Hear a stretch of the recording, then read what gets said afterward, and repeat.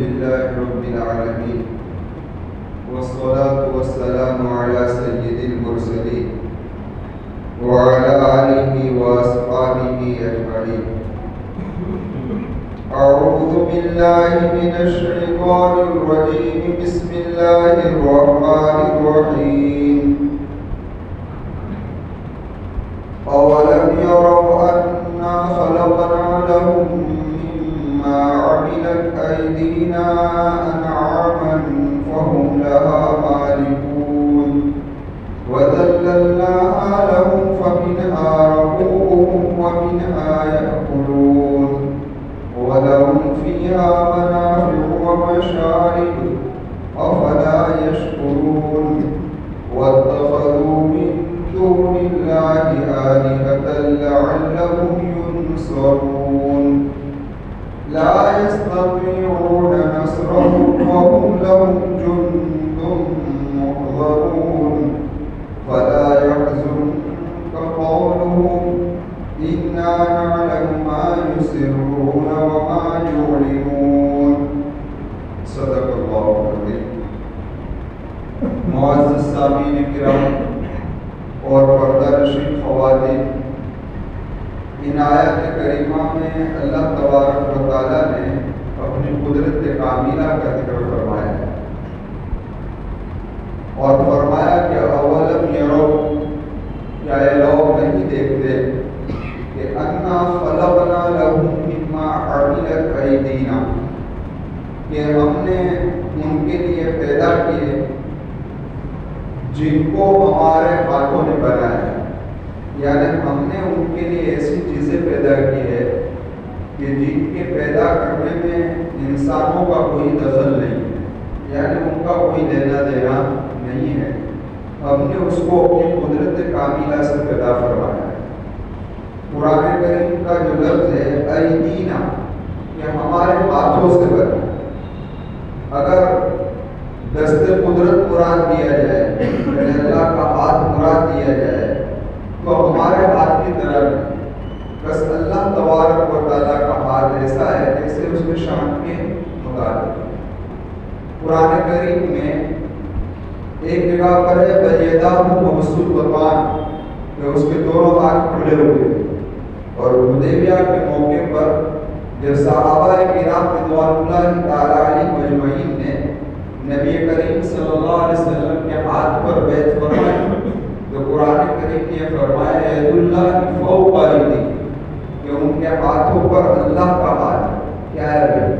ان کے ہاتھوں پر اللہ تبارک و تعالیٰ کا ہاتھ. بس اللہ کا ہاتھ کیسا ہے؟ اس کی شان کے مطابق. اب یہاں پر ایک بات سمجھنی ہے اور اس میں آپ کی توجہ چاہوں. اگر آپ لوگ متوجہ ہو کر انشاءاللہ سنیں گے تو سمجھنا آسان ہو جائے گا اور قیمتی بات آپ کے سامنے آئے گی. اللہ تبارک و تعالیٰ مجھے حق بات کہنے کی توفیق دے، حق طریقے سے کہنے کی توفیق دے اور صحیح طریقے سے سمجھانے کی اور سمجھنے کی توفیق دے. ایک بات ذہن میں بیٹھا، صحابہ کرام رضوان اللہ تعالیٰ علیہ اجمعین کے آخری دور میں اختلاف شروع ہوا. سمجھ میں آئے گا؟ اختلاف شروع ہوا، لیکن صحابہ کے درمیان میں کوئی اختلاف نہیں. یہ بات ذہن میں بیٹھا. صحابہ کے دور میں آخر کے اندر اختلاف شروع ہوا، لیکن صحابہ کے درمیان میں کوئی اختلاف نہیں. کیونکہ جب صحابہ تھے تو اس وقت تابعین بھی تھے اور تبع تابعین بھی. اور سب سے آخری صحابی کا جو انتقال ہوا ہے وہ سن ہجری 110 میں ہوا. صحابہ کے آپس میں اختلاف مسائل میں ہوئے، اور مسائل کا اختلاف کوئی بری چیز نہیں، لیکن صحابہ کے آپس میں عقائد میں اختلاف نہیں ہوا. سارے صحابہ کا ایک ہی عقیدہ تھا، عقیدے میں کبھی اختلاف نہیں. اس لیے نبی کریم صلی اللہ علیہ وسلم کی حدیث سے آپ نے سنی کہ میرے آقا و مولا محمد رسول اللہ صلی اللہ علیہ وسلم نے فرمایا کہ بنی اسرائیل کے 72 فرقے ہوئے اور میری امت کے 73 فرقے ہوں گے. ایک فرقہ جنت میں جائے گا، باقی سارے کے سارے کس میں جائیں گے بھائی؟ جہنم کے اندر جائیں گے. اس وقت میرے محبوب یہ فرمایا تھا کہ وہ فرقہ جنت میں جائے گا ما انا علیہ واصحابی، کہ جس راستے پر میں ہوں اور میرے صحابہ. تو یہ فرقہ جنت میں جائے گا، باقی سارے فرقے کہاں جائیں گے بھائی؟ جہنم کے اندر جائیں گے. اب ذرا دیکھو کہ جن فرقوں نے عقیدوں کے اندر اختلاف کیا اور وہ اسلام کی سرکل سے باہر نکل گئے تو وہ تو ہمیشہ ہمیشہ جہنم میں رہے. لیکن جن فرقوں نے اختلاف ہوا عقیدے کے اندر لیکن اسلام کے سرکل سے باہر نہیں نکلے تو وہ سزا بھگت کر پھر جنت کے اندر آ جائے. اس روایت میں جو جہنم میں جانے کا ذکر ہے کہ 72 فرقے جہنم میں جائیں گے، یہ سارے فرقوں کا اختلاف عقیدے والا ہے، مسائل والا نہیں. کون سا اختلاف ہے؟ عقیدوں کا اختلاف، جس کی وجہ سے کہاں جائیں گے؟ جہنم میں جائیں گے. اللہ تبارک و تعالیٰ ان سارے فرقوں سے ہماری حفاظت فرمائے اور ہمیں اہل حق کے اندر شامل رکھے اور اہل حق کے اندر ہماری وفات عطا فرمائے اور ہمارا مشورہ فرمائے. اب ذرا دیکھو ابتدا کے اندر 2 فرقے وجود میں آئے، ایک شیعہ اور ایک خوارج. سب اسٹارٹنگ کے اندر صحابہ کے آخری دور میں یہ جو فرقہ وجود میں آیا تو ان کی بنیاد سیاست تھی. کوئی مذہبی لائن کوئی بات نہیں، سیاست کا مدار تھا اور اسی وجہ سے یہ اختلاف انہوں نے پارٹی کرے. برابر پھر ان لوگوں نے مذہب کے اندر پورا ڈھانچہ کیا کر لیا؟ بنا. اسی لیے ایک مورخ فرماتے ہیں کہ اسلام میں 5 فرقے ہیں. کتنے فرقے؟ 5 فرقے. پہلا اہل السنت والجماعہ، ایک. دوسرا شیعہ، تیسرا خوارج، چوتھا مرجئیہ اور 5واں معتزلہ. اس کے علاوہ بھی فرقے ہیں لیکن یہ مورخ مشہور مورخ ہے، وہ فرماتے ہیں کہ 5 فرقے. اب دیکھو شیعہ کس طریقے سے آئے، تو کہ شیعہ کا معنی ہے پارٹی. انہوں نے اپنی پارٹی کا نام حضرت علی رضی اللہ تعالیٰ عنہ کی طرف نسبت کر کر رکھا کہ یہ پارٹی علی رضی اللہ تعالیٰ عنہ کی پارٹی ہے. حالانکہ حضرت علی رضی اللہ تعالیٰ عنہ نے کوئی پارٹی بنائی نہیں، انہوں نے صرف نام کی نسبت کر. تو یہ شیعہ کی ابتدا. پھر شیعہ کے اندر سے کچھ لوگ نکلے اور انہوں نے حضرت علی رضی اللہ تعالیٰ عنہ کی محبت کے اندر غلو اور اس قدر غلو کیا کہ انہوں نے یہ کہا کہ نبی کریم صلی اللہ علیہ وسلم کی وفات کے بعد صرف 7 صحابہ مسلمان رہے تھے، باقی سب نعوذ باللہ کافر ہو گئے. کیا کہا؟ سارے لوگ کیا ہو گئے؟ کافر ہو گئے. تو یہ فرقے کا نام ہے روافض. کیا ہے؟ روافض. یہ شیعہ میں سے نکلا ہوا فرقہ. اب جب یہ شیعہ میں سے نکلا تو شیعہ عام ہے اور روافض خاص ہے. اب عام خاص کو آپ نہیں سمجھو گے، آپ اتنا سمجھیے کہ ہر شیعہ رافضی نہیں ہوتا لیکن ہر رافضی شیعہ ضرور ہوتا ہے کیونکہ وہ شیعہ میں سے نکلا. اس لیے ہر رافضی کیا ہوتا ہے؟ شیعہ ضرور ہوتا ہے. اس میں سے ایک فرقہ اور وجود میں ہے جس کا نام ہے فرقہ امامیہ. یہ کہتے ہیں 12 امام کو ماننے والا. برابر ہے، فرقہ ہے امامیہ. ان کا کیا کہنا ہے؟ ان کا عقیدہ یہ ہے کہ سب سے پہلے خلیفہ حضرت علی رضی اللہ تعالیٰ عنہ ہے. حضرت ابوبکر، حضرت عمر اور حضرت عثمان رضی اللہ تعالیٰ عنہ مجمعین نے چھین کر ان سے خلافت لی ہے. پہلے خلیفہ کون ہے؟ حضرت علی. لیکن ان کا کہنا ہے فرقہ امامیہ.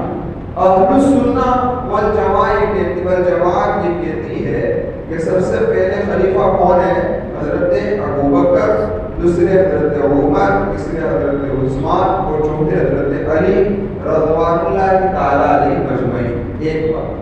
دوسری عجیب بات فرقہ امامیہ یہ کہتا ہے کہ وحی کا سلسلہ چالو ہے. کیا کہا؟ جس طریقے سے محمد رسول اللہ پر وحی آتی تھی اسی طریقے سے اماموں پر بھی وحی آتی. یہ 12 امام جو ہے ان پر بھی وحی آتی اور کہتے ہیں کہ وحی تشریح میں آتی. یعنی یہ بھی ہو سکتا ہے کہ نبی کریم صلی اللہ علیہ وسلم پر وحی کے ذریعے سے جو حکم آیا ہو تو امام پر ایسی بھی وحی آ سکتی ہے جس سے نبی کی وحی بھی کینسل ہو سکتی ہے یعنی منسوخ ہو سکتی ہے. ہاں لیکن وہ لوگ اماموں پر نبی نہیں مانتے, اماموں کو نبی نہیں مانتے, لیکن کہتے ہیں کہ امام پر وحی آتی ہے. ہم یہ کہتے ہیں کہ جس طریقے سے میرے آقا و مولا محمد رسول اللہ صلی اللہ علیہ وسلم آخری نبی, آپ کے بعد کوئی نبی نہیں ہے, تو اسی طریقے سے وحی کا سلسلہ بھی محمد رسول اللہ پر ختم. اب کسی پر وحی آئے گی نہیں, لیکن یہ لوگ وحی کے قائم. تو میں نے کون سا فرقہ کہا؟ فرقہ ہے امام. تو عرض کر یہ شیعہ میں سے نکلے. اب دوسرا فرقہ ہے خوارج. کیا ہے؟ خوارج. اس کی آپ تھوڑا اس کو سمجھیے کہ جنگ صفین ہوئی تو حضرت علی رضی اللہ تعالیٰ عنہ نے اپنا حکم حضرت ابو موسیٰ اشعری رضی اللہ تعالیٰ عنہ کو بنایا اور حضرت معاویہ رضی اللہ تعالیٰ عنہ نے اپنا حکم عمرو بن عاص رضی اللہ تعالیٰ عنہ کو بنایا. تو کچھ لوگوں نے اختلاف اور ان لوگوں نے یہ کہا کہ یہ حکم بنانا صحیح نہیں, حکم اللہ کا چلتا ہے, حکم بنانا صحیح نہیں ہے. لہذا خوارج کا کہنا یہ ہے کہ حضرت علی اور حضرت معاویہ رضی اللہ تعالیٰ عنہما نے ان دو حکم کو بنائے, لہذا یہ لوگ کافر ہو. یعنی حضرت علی کو بھی کافر مانتے ہیں اور حضرت معاویہ رضی اللہ تعالیٰ کو بھی کیا مانتے ہیں؟ کافر مانتے ہیں. ہم کہتے ہیں کہ حکم بنانا جائز. خود نبی کریم صلی اللہ علیہ وسلم نے بنو قریظہ کا جب معاملہ پیش آیا تو بنو قریظہ اور نبی کریم صلی اللہ علیہ وسلم نے حضرت سعد بن معاذ رضی اللہ تعالیٰ عنہ کو حکم بنایا کہ فیصلہ جو کریں گے حضرت سعد وہ ہمیں منظور. لیکن یہ لوگ کیا کریں کہ حکم بنانا صحیح نہیں. اس وجہ سے ان کا کہنا یہ ہے خوارج کا کہ حضرت علی, حضرت معاویہ, حضرت ابو موسیٰ اشعری اور حضرت عمرو بن عاص رضوان اللہ تعالیٰ علیہ مجمعین اور جتنے لوگ جنگ جمل میں وہ جنگ صفین میں شریک ہوئے سارے کے سارے نعوذ باللہ کافر ہیں. کیا ہے؟ سارے کے سارے کافر ہیں. دوسرا ان کا عقیدہ یہ ہے کہ اہل اسلامی حکومت کا سردار یا بادشاہ اگر باغی بن جائے یعنی کہ ظالم و جابر بن جائے تو اس کی بغاوت کرنا چاہیے. تیسرا جو خطرناک عقیدہ ان کا یہ ہے کہ اگر کسی نے گناہ کبیرہ کیا, کسی ایمان والے نے گناہ کبیرہ کیا اور بغیر توبہ کے مر گیا ہے تو یہ کافر ہے. کیا ہے؟ یہ کافر اور ہمیشہ جہنم میں رہے گا. یہ کس کا عقیدہ ہے بھائی؟ خوارج کا. کس کا؟ خوارج. اب آگے بڑھے. یہ بحث کیوں چھیڑی ہے وہ آگے بتاؤں, ایسے ہی نہیں چھیڑی ہے, کچھ سمجھانا تھا آپ کو اس لیے چھیڑے. خیر, اب ایک فرقہ اور وجود میں آیا, اس کا نام ہے مرجیہ. اب مرجیہ نے کیا کہا؟ مرجیہ یہ کہتا ہے کہ بھائی ایک آدمی ایمان لے آیا, اس کے بعد جو نیکیاں کرے گا تو اس کو نیکیوں کا فائدہ ملے گا, لیکن اس کے بعد چاہے وہ جتنے گناہ کرے, گناہ سے اس کے ایمان میں کوئی کمی یعنی کہ نقص آئے گا, ضرر آئے گا اور نقصان آئے گا نہیں, وہ بھی سیدھا کاج رہے گا, ایمان ہے جنت میں چلا ہے. اب ذرا دیکھو کہ مرجیہ کا جو عقیدہ ہے ہمارا مسلمان بھی یہی کہتا ہے. ہم کہتے ہیں نماز پڑھو تو نماز چھوڑتا ہے, وہ کہتے ہیں کہ اللہ بخشنے والا نہیں, کہتا ہے اللہ غفور رحیم. تو مرجیہ کا تو عقیدہ یہی تھا کہ کوئی آدمی ایمان لانے کے بعد گناہ کرے تو گناہ کوئی نقصان دیتا نہیں ہے. ہمارا مسلمان کا عقیدہ تو یہ نہیں ہے, لیکن عمل یہ کہہ رہا ہے گناہ کرتا جا رہا ہے کہ اللہ بخشنے والا رہا, اللہ غفور رحیم. اللہ اس سے ہماری کیا کرے بھائی حفاظت فرمائے. تو یہ مرجیہ ہو گیا. اب آئیے فرقہ اور آپ کے بات ختم ہو جائے. پھر ایک فرقہ اور ہو گیا, اس کا نام ہے معتزلی. کیا ہے؟ اس کا بانی ہے واصل بن عطا. یہ دراصل حضرت حسن بصری رحمۃ اللہ علیہ کا شاگرد تھا. سمجھ آئے گا؟ اور ایک بات نوٹ کرو, آخری صحابی کا انتقال سن 110 میں ہوا ہے. حضرت حسن بصری رحمۃ اللہ علیہ سن 21 کے اندر پیدا ہوئے ہیں اور 110 کے اندر آپ کی بھی وفات ہوئی. 110 کے اندر آپ کی وفات ہوئی. یہ واصل بن عطا یہ آپ کا شاگرد تھا, سبق میں بیٹھا ہوا. تو ایک آدمی آیا اور اس نے سوال کیا حضرت حسن بصری رحمۃ اللہ علیہ سے کہ بھائی ہمارے زمانے میں کچھ لوگ یہ کہتے ہیں کہ اگر کسی نے گناہ کبیرہ کیا اور بغیر توبہ کے مر گیا تو کافر ہے. کچھ اس طریقے سے خوارج نے کہا. اور کچھ لوگ یہ کہتے ہیں کہ بھائی ایمان لانے کے بعد چاہے جتنے گناہ کرے کوئی نقصان پہنچتا نہیں, نقصان دے گا نہیں. تو حقیقت کیا ہے؟ تو حسن بصری رحمۃ اللہ علیہ چپ رہے, ابھی جواب دیا نہیں. تو یہ واصل بن عطا نے جواب دیا اور اس نے یہ کہا کہ جو آدمی نہ وہ ایسا آدمی نہ مومن ہے نہ کافر ہے بلکہ بچولی ہے. کیا کہا اس نے؟ نہ مومن ہے نہ کافر ہے بلکہ کیا ہے؟ بچولیا ہے. تو اس وقت حسن بصری رحمۃ اللہ علیہ نے کہا کہ اعتذر عنا, یہ آدمی ہم میں سے نکل گیا. یعنی اہل حق میں سے یہ کیا ہو گیا؟ واصل بن عطا نکل گیا. تو یہ واصل بن عطا جس کو امام حضرت حسن بصری رحمۃ اللہ علیہ نے اعتذر کہا کہ نکل گیا, اس سے یہ معتزلہ فرقہ وجود کے اندر آیا اور اس کا بانی واصل بن عطا. اس کو جتنے ماننے والے سارے کے سارے کیا ہوئے؟ معتزلی. ان کے تو عقیدے بہت خطرناک. ایک عقیدہ تو ان کا یہ ہے کہ اللہ تبارک و تعالیٰ کو کوئی دیکھ نہیں سکتا, نہ دنیا میں دیکھ سکتا ہے نہ آخرت. اور یہ بھی کہتے ہیں کہ اللہ کو خود اللہ بھی نہیں دیکھ سکتا, اللہ کو خود اللہ بھی نہیں دیکھ سکتا. اس کو دوسرا نام معتزلہ کا دوسرا نام فرقہ قدریہ ہے. کیا ہے؟ کہ وہ تقدیر کا بھی انکار کرتا ہے. اور کیا کہتا ہے اس کو ذرا سنیے. میرے آقا و مولا محمد رسول اللہ صلی اللہ علیہ وسلم نے فرمایا کہ القدریہ مجوس هذه الامہ, میری اس امت کے مجوس قدریہ یعنی معتزلہ. سمجھ آئے گا کیوں کہا؟ اس بنا پر کہ مجوسی بھی دو خدا کو مانتے. وہ کہتے ہیں خیر کا خدا الگ ہے اور شر کا خدا الگ ہے. اسی طریقے سے یہ قدریہ بھی دو خدا کو مانتے. یہ کہتے ہیں کہ بندہ اپنے اختیار سے جو اعمال کرتا ہے اس کا خالق وہ خود ہے. تو اس نے اللہ کو بھی خالق مانا اور بندے کو بھی خالق مانا. یہ فرقہ قدریہ ہے اور اسی کا نام کیا ہے؟ معتزلہ. اب آئیے بات پر اصل بات پر کہ میں نے یہ بحث پوچھے.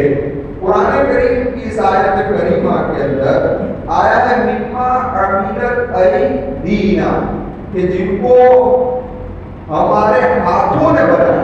تو یہ ہے باری تعالیٰ کی صفت. کیا ہے؟ اور صفات باری تعالیٰ, اللہ تبارک و تعالیٰ کی صفات دو طرح کی ہے. ایک صفت ایسی ہے کہ جس سے بندے سے کوئی مشابہت نہیں. مثلا اللہ ایک, بندوں سے کوئی مشابہت نہیں. اللہ بے نیاز ہے, کوئی مشابہت نہیں. لیکن اللہ کی کچھ صفتیں ایسی ہے کہ جو مشابہت پائی جاتی ہے بندوں. مثال کے طور پر اللہ سننے والا, بندے بھی سنتے ہیں. اللہ دیکھنے والا, بندے بھی دیکھتے ہیں.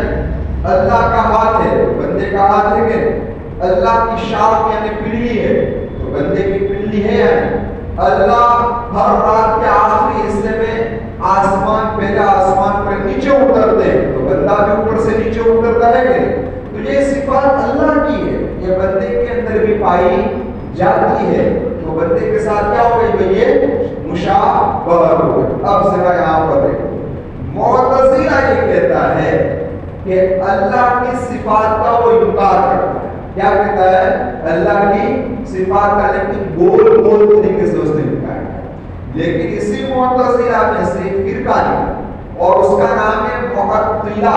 اس نے اللہ کی صفات کا صاف طور پہ انکار کر دیا اور اس نے یہ کہا کہ اگر اللہ کا ہاتھ مان لیا جائے, اللہ کا پیر مان لیا جائے, اللہ کا چہرہ مان لیا جائے تو یہ تو بندے کے مشابہ ہو گیا اور خالق مخلوق کے مشابہ ہو سکتا نہیں, لہذا اللہ کی کوئی صفات نہیں. اس نے پوری انکار کی. اس نے معطلہ ایک فرقہ اور وجود ہے, اس کا نام ہے مجسمہ.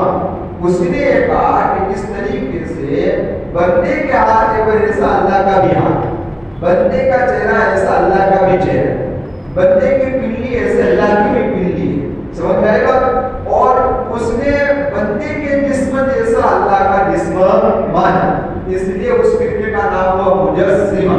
اب ہم کیا کہتے ہیں؟ ہم یہ کہتے ہیں کہ اللہ کی صفات جو قرآن و حدیث میں ہے اس کا ہم اقرار کرتے ہیں. کیا ہے؟ ہم اس کو مانتے ہیں, لیکن اللہ کی صفات کیسی ہے وہ ہم نہیں جانتے. وہ ہم یہ نہیں کہتے کہ ہمارے ہاتھ کی طرح ہی اللہ کا ہاتھ, ہمارے چہرے کی طرح اللہ کا ہاتھ.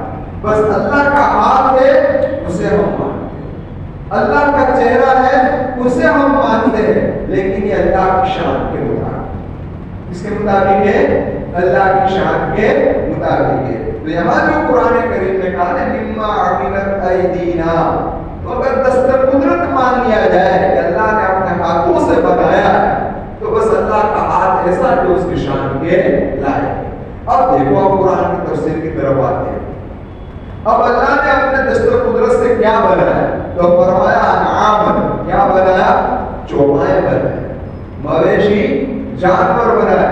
کائنات میں کوئی چیز بنا سکتے نہیں ہے. کیوں بنائے؟ کیونکہ فہم لہا مالکون, ہم نے اس کو بنایا, پھر ان کو یعنی چوپائیوں کو اس کا مالک کس کو بنا دیا؟ بندوں کو بنا دیا. کس کو بنایا؟ تو یہ اللہ کا رحم کہ پیدا کرنے والا اللہ, بنانے والا اللہ. پتا چلا کہ جو چوپائی ہے اللہ نے وقتی طور پر ہمیں مالک بنایا ہے, حقیقی مالک ہم نہیں ہیں, حقیقی مالک اس کا کون ہے؟ اللہ. اب یہاں ایک مسئلہ اور حل ہو گیا, وہ کون سا؟ کہ آج دنیا کے اندر اس بات میں اختلاف چل رہا ہے کہ سرمایہ اصل ہے کہ محنت کش, یعنی محنت اصل. سمجھ آئے گا؟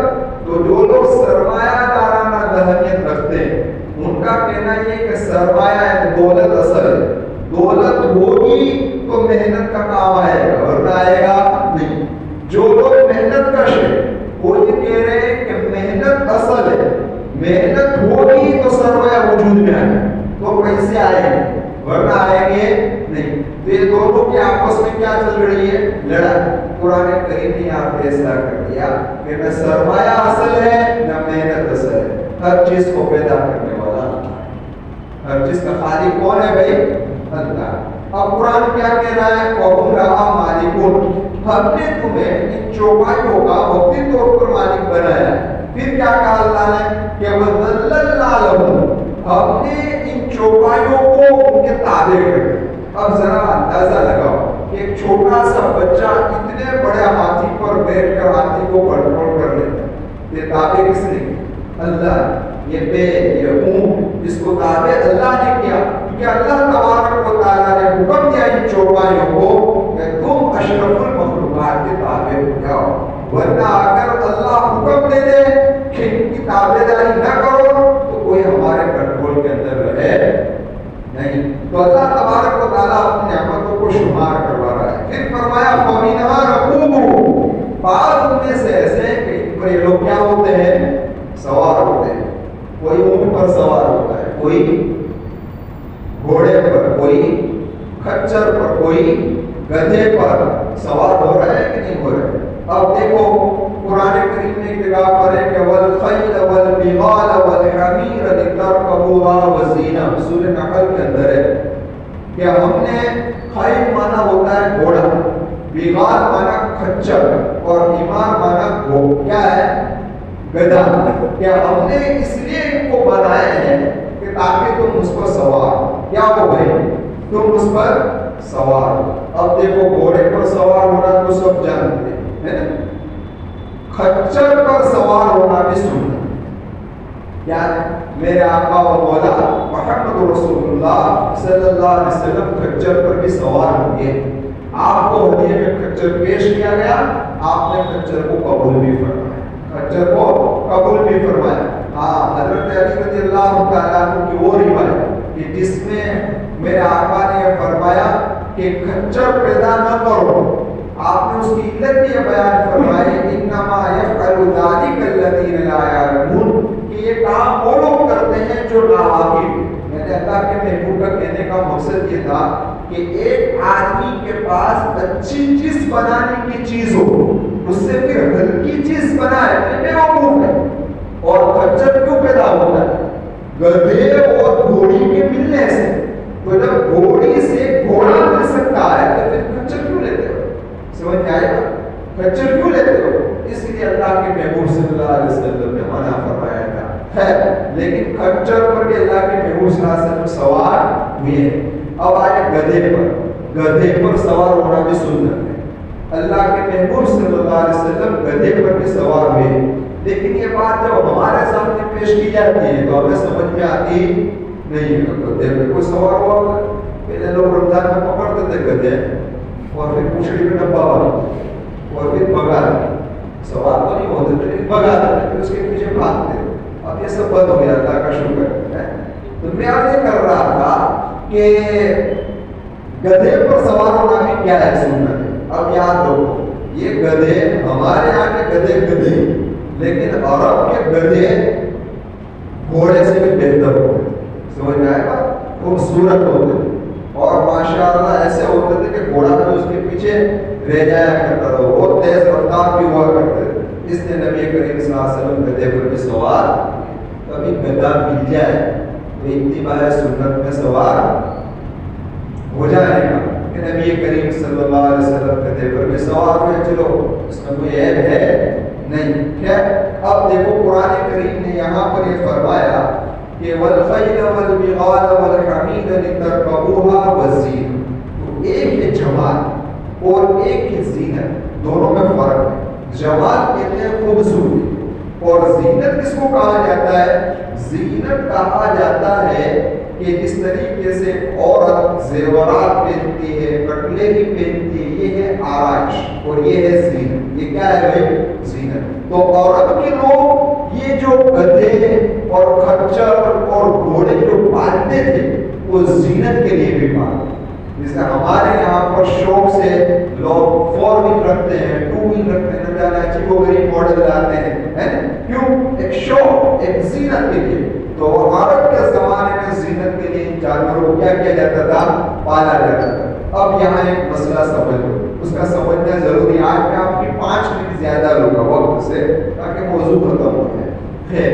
ایک مسئلہ سمجھ لو، ایک ہے زینت ظاہر سے اور ایک یہ تکبر اور فخر، یہ حرام۔ اور زینت کس کو کہتے ہیں؟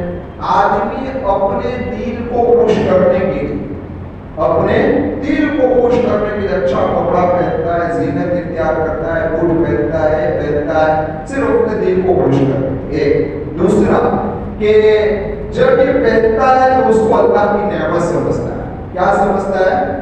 کہ میرے اللہ کی دی ہوئی ہے۔ اور تیسری بات کہ اس پر یہ نہیں سمجھتا کہ یہ میرا حق تھا، میرا حق تھا اور مجھے ملا، ایسا نہیں سمجھتا۔ اور چوتھی بات، کسی غریب کو جس نے اچھے کپڑے نہیں پہنے اس کو حقیر نہیں سمجھتا، اس کو حقیر نہیں سمجھتا۔ تو یہ ہے زینت، اور اس زینت میں کوئی گناہ ہے۔ لیکن اگر کوئی آدمی کپڑے پہنتا ہے اور یہ سمجھتا ہے کہ یہ تو میرا حق ہے، میں کماتا ہوں اور مجھے بھی سمجھ میں آئے گا، اور کسی غریب کو حقیر سمجھتا ہے تو یہ نہ ہے، یہ تکبر ہے اور فخر ہے۔ اس لیے اللہ نے جو مال دیا ہے اس کو اظہار بھی کرنا چاہیے، ظاہر بھی کرنا۔ لیکن آج کا عام طور پر کیا ہوتا ہے کہ لوگ مال کو ظاہر کرتے نہیں ہیں۔ اچھے کپڑے پہنوں گا اور ایٹیکیٹی میں نکلوں گا تو لوگ یہ سمجھیں گے بڑا مالدار ہے، تو بیچارے پرانے کپڑے میں زندگی بسر کرتے ہیں، کوئی کو پتہ چلے نہیں کہ اپنے کتنے میں کھیلتے برابر. لیکن اللہ یہ چاہتا ہے کہ بندے کو جو نعمت ملے اس کو اظہار کرنا چاہیے، لیکن تکبر ہونا اپنے دین کو خوش کرنے کے لیے اور اللہ کی نعمت کے اظہار کے لیے. اللہ تبارک و تعالی ہمیں اس پر عمل کرنے کی توفیق عطا فرمائے. اب قرآن کریم نے آگے فرمایا کہ وَمِنْهَا يَأْكُلُونَ، ان میں سے بعض وہ ہے جس کو تم کیا کہتے ہو بھائی، کھاتے ہیں کہ نہیں کھاتے. اب جو لوگ اعتراض کرتے ہیں وہ یہ کہتے ہیں کہ بھائی یہ لوگ اپنے دین کو اور اپنے پیٹ کو بھرنے کے لیے ان مونگے جانوروں کو ناحق قتل کرتے ہیں، ظلم کرتے ہیں. تو بھائی اگر یہ قتل کرنا ظلم ہے تو ان پر سوار ہونا، ان سے کام لینا، ہل چلانا، وزن اس پر ڈالنا، یہ کیا ہے؟ یہ بھی تو ظلم ہے. دراصل ظلم کی حقیقت ان لوگوں نے یہ سمجھی ہے کہ کسی کو تکلیف پہنچانا ہے ظلم ہے، لیکن ظلم کی حقیقت یہ ہے کسی دوسرے کی چیز کو اس کی اجازت کے بغیر تصرف میں لانا، یعنی کام میں لانا، یہ ہے ظلم. تو دیکھو یہ اللہ کی بنائی ہوئی مخلوق ہے، جانور جو حلال ہے کھانے والے حلال ہے، اللہ نے بنائے اور اللہ نے اجازت دی، اس کی اجازت سے ہم کاٹ رہے ہیں اور کھا رہے ہیں، لہذا یہ کوئی ظلم ہے نہیں. اگر آگے فرمایا وَلَهُمْ فِيهَا مَنَافِعُ، کہ ان چوپایوں میں بہت سارے فائدے ہیں کہ نہیں.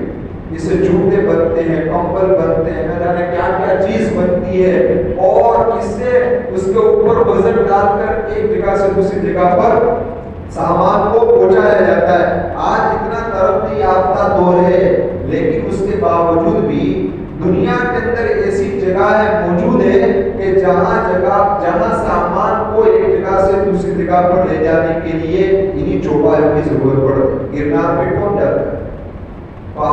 دادار کو سامان کون پہنچاتا ہے؟ یہی جانوروں کے ذریعے پہنچتا ہے. تو آج اس کے محتاج ہے اتنے ترقی یافتہ دور کے اندر. تو سارے منافع کس کے لیے؟ اللہ تبارک و تعالیٰ نے اس کے ذریعے بنائے. وہ مشارب، اور ان کے تھنوں میں واقع دودھ، ورنہ دودھ کائنات کو کون پہنچا ہے بھائی؟ یہ دودھ کا خزانہ کس نے رکھا؟ اللہ نے. اور اسی دودھ سے گھی بھی بنتا ہے، مکھن بھی بنتا ہے، دہی بھی، چھاچ بھی، نہ جانے کیا کیا چیزیں بنتی ہے.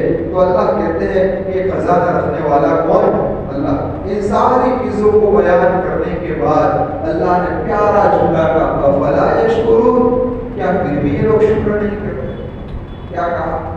کیا پھر بھی یہ لوگ اللہ کی نعمتوں کو استعمال کر کر اس کا شکر ادا نہیں کرتے؟ اسی لیے غالباً ترمذی شریف کی روایت ہے، حضرت ابو درداء رضی اللہ تعالیٰ عنہ راوی ہے، نبی کریم صلی اللہ علیہ وسلم نے فرمایا کہ اللہ نے فرمایا کہ جنات اور انسان عجیب ہے. کیا کہا؟ کہ جنات اور انسان عجیب ہے. اخلق یعبد غیری، کہ پیدا میں نے کیا اور عبادت کسی اور کی کرتا. نعمتیں میں دیتا ہوں وہ شکر کسی اور کا. تو فرمایا کہ انسان بھی عجیب ہے اور جنات بھی عجیب ہے. تو اللہ فرماتا ہے افلا یشکرون، کیا پھر بھی یہ لوگ شکر ادا نہیں کرتے؟ اور سورہ نحل میں کیا فرمایا تھا؟ والخیل والبغال والحمیر لترکبوها وزینۃ ویخلق ما لا تعلمون. وہاں تو اللہ نے یہ کہا کہ آگے ہم ایسی چیز پیدا کریں گے جس کو لوگ جانتے نہیں. تو پھر اللہ نے مخلوق کو جس زمانے میں، بندوں کو جس زمانے میں جس چیز کی ضرورت تھی اللہ نے وہ چیز پیدا. ورنہ اس زمانے میں کہ صحابہ کے زمانے میں ریل گاڑی کا اور لیپ ٹاپ کا اور ہوائی جہاز کا تو سمجھ میں آتا نہیں. اس کو کوئی نام نہیں دیا، اتنا کہ وہ یخلق ما لا تعلمون، ہم ایسی چیز پیدا کریں گے جس کو تم جانتے نہیں ہو رہا. یہ تو اب ذرا دیکھو اللہ تبارک، اب آپ یہ کہہ رہے ہوں گے کہ سارے تو سائنس نہ بناتے ہیں. ارے بھائی پیتل کو سائنس پیدا کرتا ہے، لوہا، ہوا، پانی، اس کو کون؟ اللہ پیدا کر رہا ہے. پھر اللہ نے انہیں وہ اتنی عقل دی کہ وہ چیزوں کو استعمال کر کے کام میں لاتے تھے. عقل دینے والا بھی کون ہے؟ بس آگے ترجمہ سن کے بات کو ختم کر دیتے ہیں. پھر فرمایا وَاتَّخَذُوا مِن دُونِ اللَّهِ آلِهَةً لَعَلَّهُمْ يُنصَرُونَ، اللہ کے علاوہ دوسرے معبود بنا لیے لعلهم ينصرون تاکہ وہ لوگ مدد کریں. یعنی یہ لوگوں نے اللہ کے علاوہ معبود بنا لیے، یہ لوگ یہ چاہ رہے ہیں کہ ہماری مدد کریں گے. لا يستطيعون النصر، ان کی کوئی مدد کی استطاعت و طاقت یہ لوگ رکھتے نہیں ہیں. وهم لهم جند محضرون، اور یہ لوگ ان کے لیے لشکر اور قادر کی جائیں گے. یعنی قیامت کے میدان میں عابد اور معبود دونوں وہاں کرو گے. اللہ پوچھے گا کس کی عبادت کرتے تھے، دونوں ہکے بکے رہ جائیں گے. پھر دونوں کو کہاں ڈال دیے جائیں گے؟ جہنم کے اندر ڈال دیے جائیں گے. اب جب ان توحید کو نبی کریم صلی اللہ علیہ وسلم نے ان لوگوں کے سامنے پیش کی تو ان لوگوں نے میرے آقا کو تکلیف پہنچائی. کیا پہنچائی؟ تکلیف پہنچائی. اللہ تسلی دے رہا ہے، فلا يحزنك قولهم، اے میرے محبوب آپ ان کی باتوں سے غمگین نہ ہو، آپ ان کی باتوں سے غمگین نہ ہو. انا نعلم ما يسرون وما يعلنون، اب جانتے ہیں جو کچھ بھی وہ لوگ چھپاتے ہیں اور جو لوگ ظاہر کرتے ہیں. یعنی ان کے دلوں میں کیا بھرا ہے اسے اللہ تبارک و تعالیٰ جانتا ہے. البتہ یہ مختصر آیت کریمہ کا خلاصہ تھا جو آپ حضرات کے سامنے پیش کیا گیا. ہو سکتا ہے کہ آئندہ درس منگل کا یہ سورہ یاسین کا آخری درس ہو، یہ ہو سکتا ہے کہ سورہ یاسین انشاءاللہ مکمل ہو جائے. تو میں نے جب سورہ یاسین شروع کی تھی اس وقت بات عرض کی تھی کہ بھائی سورہ یاسین یہ قرآن کا کیا ہے بھائی؟ دین ہے. اور اللہ کے محبوب صلی اللہ علیہ وسلم کی تمنا یہ تھی کہ میرے ہر امتی کے دین کے اندر کیا اصول ہے؟ یاسین ہو کما قال النبی صلی اللہ علیہ وسلم. تو میں نے اس کو کہا تھا آپ کو یاد کرنے کا، شاید آپ لوگوں نے یاد کری ہو، نہیں کیا.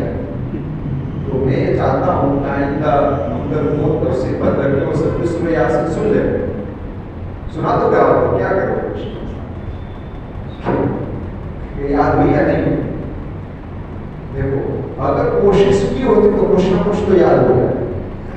لیکن آج ہمیں ایک آیت بھی یاد نہیں ہوئی سورہ یاسین، اس کا مطلب یہ کہ ہم نے کوشش ہے.